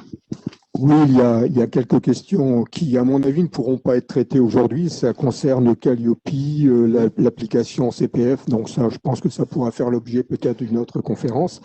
Il y a une question quand même qui est d'actualité, c'est quel financement est prévu pour le dispositif transition collective? Oui, c'est une question fondamentale. Tout à l'heure, on le disait, sans argent, vous voyez, j'ai même du mal à le dire. Sans argent, la machine se bloque. Le ministère du Travail, donc je disais en lien avec les partenaires sociaux, donc ont prévu une enveloppe de 500 millions d'euros prise sur le Fonds national pour l'emploi formation, ce qu'on appelle le FNE formation. Une enveloppe qui a pour ambition de financer, selon la taille d'entreprise, des logiques de pourcentage. Alors, les frais pris en compte, ce sont les rémunérations, donc dans la logique des prises en charge de rémunération des AT Pro, c'est-à-dire pas nécessairement 100%, mais 100% de ce que peut payer l'association de transition professionnelle, subtilité quand tu me tiens, l'intégralité des frais pédagogiques, ce qu'on appelle les frais annexes, qui pourraient être les frais de déplacement, frais d'hébergement, et puis aussi les frais de validation. Donc voilà les différents frais qui sont portés. La logique du financement donc sur ces 500 millions d'euros, c'est de venir dire, selon les tranches, eh bien, si vous êtes dans une entreprise de moins de 300 salariés, il y a une prise en charge égale à 100%. Donc vous voyez un effort important de la part des pouvoirs publics en accord avec les partenaires sociaux.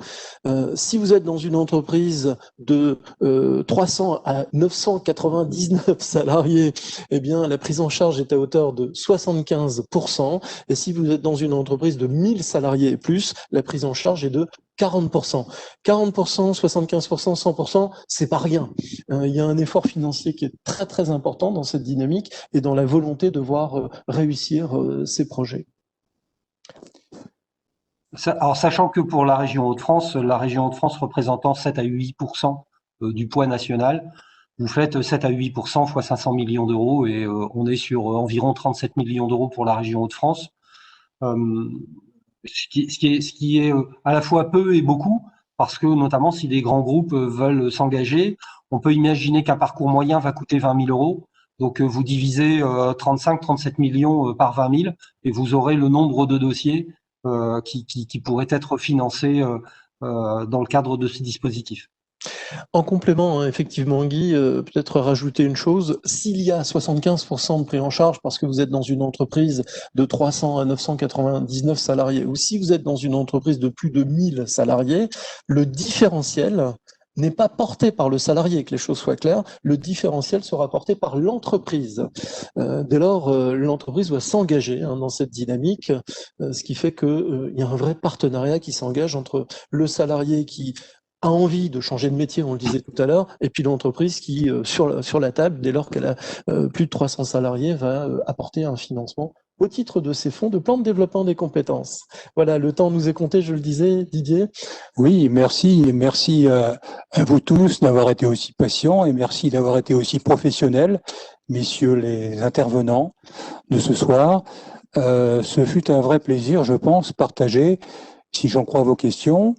Nous mettrons à disposition sur le site web de Renfort une vidéo, un replay, comme on dit, qui pourra être utilisé par, je vais dire, vos réseaux. Je pense que on a fait preuve ce soir à la fois de pédagogie dans un minimum de temps. Merci, on est à peu près à l'heure. Et puis, de toute façon, nous reviendrons sur certains sujets. Et nous avons envie, au niveau de l'association, de continuer à œuvrer sur notamment 2 prochains sujets qui seront l'objet de notre future rencontre.